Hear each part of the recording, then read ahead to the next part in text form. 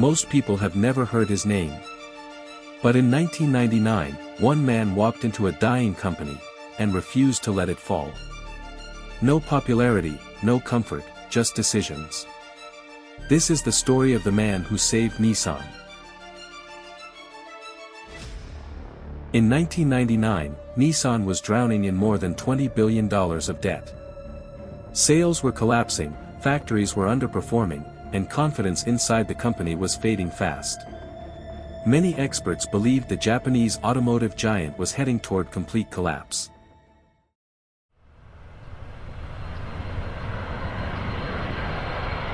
Then Renault sent a man known across the industry for one thing: making brutal decisions fast.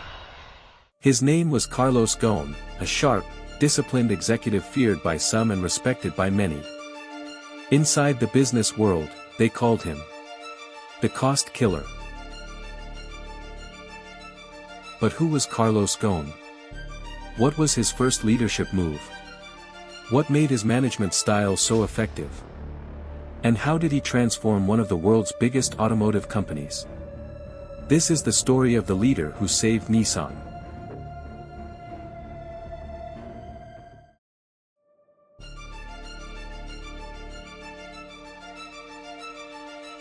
Born in Brazil in 1954 to Lebanese parents, Carlos Ghosn would later move to France, where his journey into elite leadership truly began.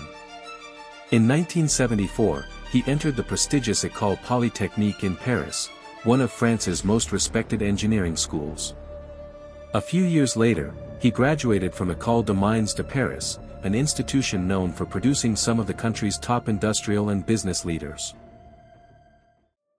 Disciplined, analytical, and intensely ambitious, Ghosn quickly developed a reputation for solving complex problems under pressure. He began his career at Michelin in 1978, where he rose rapidly through management by improving efficiency and making fast operational decisions. Then, during the 1990s at Renault, his aggressive restructuring strategies and cost-cutting measures earned him a powerful nickname inside the business world: the cost killer.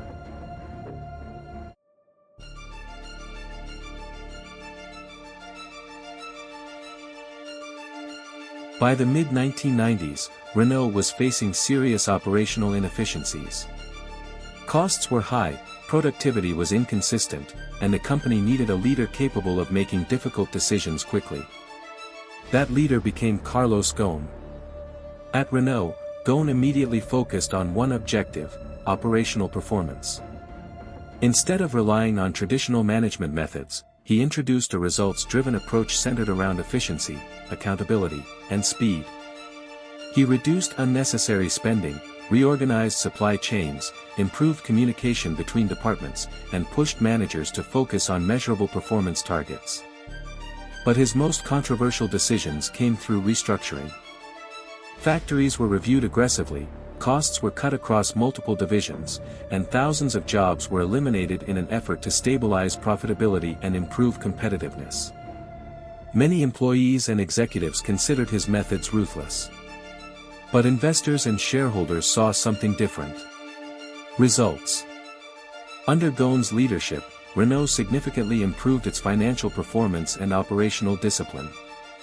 He developed a reputation for solving complex corporate problems faster than most executives in the industry.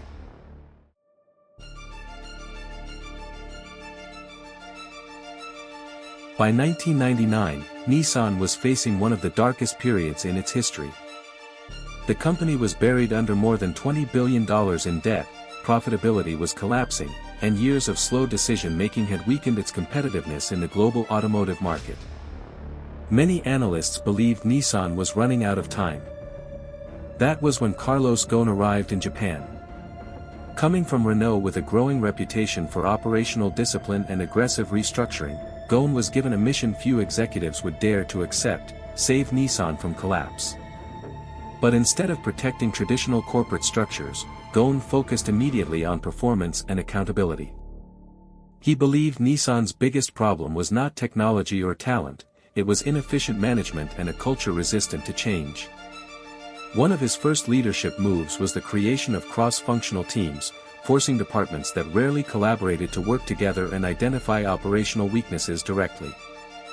He introduced measurable targets across the organization, accelerated decision-making processes, reduced unnecessary spending, and pressured managers to prioritize results over hierarchy and tradition. Then came the most controversial phase of his strategy. Factories were closed. Thousands of jobs were eliminated. Supplier relationships were restructured. And long-standing corporate practices inside Nissan were aggressively challenged. In Japan's corporate culture, these decisions were considered radical. Many employees saw Ghosn as cold, ruthless, and dangerously direct. But financially, the transformation was undeniable. Within a few years, Nissan returned to profitability, reduced massive portions of its debt, and re-established itself as a competitive force in the automotive industry. Carlos Ghosn was no longer simply an executive from Renault. He had become the man who saved Nissan.